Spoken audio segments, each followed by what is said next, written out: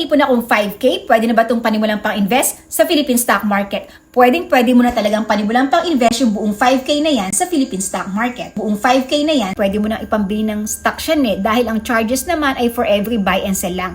Kung wala kang bibilin, wala kang ibebenta, walang charge. Kung wala kang bibilin, wala kang ibebenta, nandun lang yung pera mo sa account mo. Para lang bang nag-ipon ka sa bangko? Ganun lang, kaya lang sa bangko, maliit lang yung kita ng iyong savings account. Pero sa stock market, kung mag-i-invest ka like for example sa dividend investing ng blue chips or REITs at makakahanap ka ng mga stocks na nagbibigay ng cash dividend like for example quarterly, semi-annual, or annually, so instead of putting your money in the bank, bakit hindi mo na lang i-invest sa stocks na nagbibigay ng cash dividend? Meron po yun. Ang gagawin mo, aaralin mo muna yung stock market or hahanapin mo yung mga stocks na nagbibigay ng cash dividend pero make sure good stocks yung bibilin mo ha. So ang kailangan mo pong gawin is kahit bigyan mo lang muna ng time itong aking i-offer sa'yo na libreng online webinar. Magandang panimula ito ngayong 2025 para maging good vibes or masimulan mo ang taon na to na nagsisave and invest ka. Lalagay ko yung registration link sa comment section.